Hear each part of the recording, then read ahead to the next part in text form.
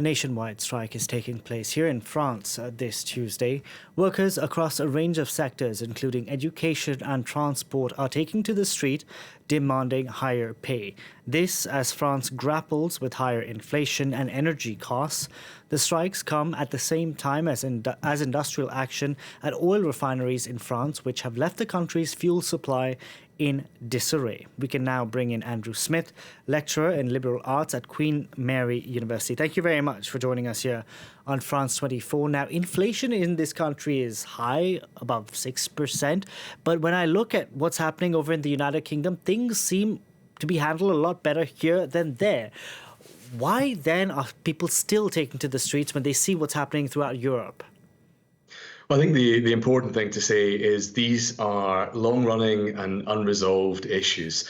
In reality, the big protests that we saw on Sunday just passed, as well as the protests today, are indicative of some of the really big issues that have been consistent since Macron's election to his second term. And these are long-running issues that emerge from, first of all, the uniting of the left, and of course that was the big motivator on Sunday. We saw hundreds of thousands of people in the streets of Paris, this protest against cost of living, but also inaction on climate policy as well. And there was a huge amount of different people there from across the left, and even recent Nobel laureate Annie Ernaux. Now that was all about trying to push for more action on that cost of living crisis. And actually today, those big kind of interprofession, the kind of coordinated strikes. There's 4 big unions and 4 youth organisations, of course, coordinating strikes, which are affecting kind of education, transport, as well as electricity. And these are really about that idea of wages as well. And that reflects what we've seen in terms of the fuel crisis, which again is about wages and about what companies like Total are willing to pay their workers. Where we're running into issues is the government is struggling to find levers to actually address some of these moments. And this is where we're seeing a little bit of tension between Elisabeth Borne as Prime Minister and then, of course, in the background, Emmanuel Macron as President, who wants to leave enough space for the Prime Minister to act, but is also aware that the President has a role in terms of sorting this crisis out. And, of course, he's expressed a strong desire for this to be sort of sorted out in some sense, this wider crisis by Toussaint and by the upcoming holiday. Indeed, I want to talk about this because it is a government's worst nightmare to have these 2 strikes taking place at the same time. It wanted the refinery strike to be over before this Tuesday. That clearly hasn't happened. Let's talk about the government's messaging on that front, because last week we had Emmanuel Macron who gave that interview on primetime television where he says it's not for the government to decide, for him, at least as president, to put pressure on a company to increase salaries. But the very next morning, you had the finance minister on radio calling on Total bosses and energy bosses here in France to get around the negotiating table. So it seems that there is mixed messaging on the part of the government. Yeah, a little bit, I think. I think there is a growing frustration that they haven't been able to somehow sort this out. Of course, Macron announced things like, extending fuel subsidies to mid-November, as well as trying to get some concessions from Total in terms of supporting those fuel subsidy concessions as well. But ultimately, you're right, the kind of exhortations of, the Prime Minister, Elisabeth Borne, as well as Bruno Le Maire, and even spokesmen like Gabriel Attal, haven't been able to kind of draw this to a close and get the companies to, at the heart of it, pay their workers more. This is really that crisis. And of course, you can see people like Bruno Le Maire, you mentioned, running out of patience with this. Right now, he is saying that the time has come to actually start to try and address this. And actually, there's an interesting moment here, and I think an interesting commonality about the government trying to pass the budget and the finance bill at the same time.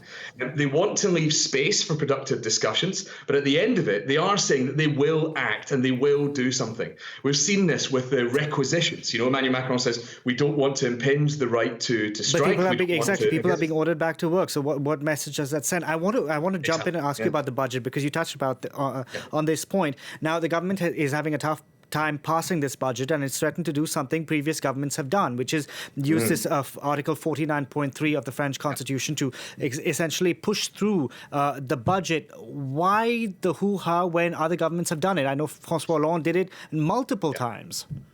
Yeah, I mean, it's because it's now become a when, not if. We know the 49.3 is going to drop very probably tomorrow. And you're right, it is something which is seen as a kind of a break in some ways because it breaks a type of democratic process. However, as you say, there is clear precedent in terms of using it.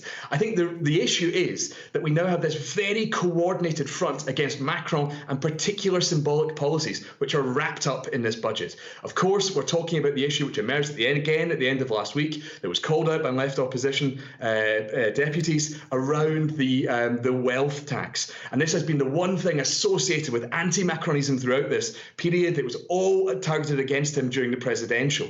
We might well see this kind of, really come around to look at what's going on. Of course, there was an attempt to get rid of the wealth tax and instead use a kind of real estate tax. And instead, we've seen kind of potential, inversions of this coming in this budget discussion. Now, again, as with the negotiations around Total and the strikes and everything else, Macron's tried to leave this kind of space, what they've called co-production.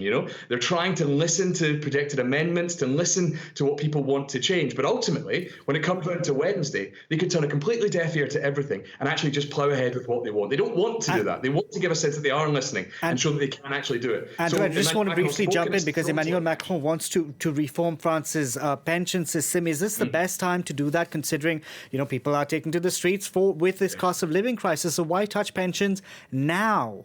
Just for the optics, it looks bad. Absolutely. It's a real challenge. But ultimately, we have to remember this has been a priority for Emmanuel Macron since day one of his presidency. He was frustrated that he couldn't get it through in his first term. He was responding to crises like COVID, responding then to Ukraine and all the rest of it. And again, he wants to be shown as a man that can change things. He's consistently said this, not just a reactive president managing disaster and decline, but instead someone acting to change things and reform it for his vision of France. And I think this is absolutely central. So why do I think this is coming around? Well, I think it's coming around because these are moments where there are kind of opportunities to inflect bigger change, to actually make something happen, lever points, inflection points where we can actually see change happening in France. If it can be parcelled with some of these bigger changes, these are where I think the government will try to do it. Why? Because these strikes are happening and they're going to happen anyway. Yeah. In some ways, he's facing these howls of protest. And the question for Emmanuel Macron is, can he just stiff-neck it and ride it out with an idea of casting these reforms, or does he take on board some of these ideas of co-production, making the amendments, giving some kind of some leeway to the left in order to kind of bring about a better reform? To be fair, there's never going to be a perfect time to reform the pension system here in France. Andrew, thank you very much for that. Andrew Smith joining us there from Chichester, I believe. Now, in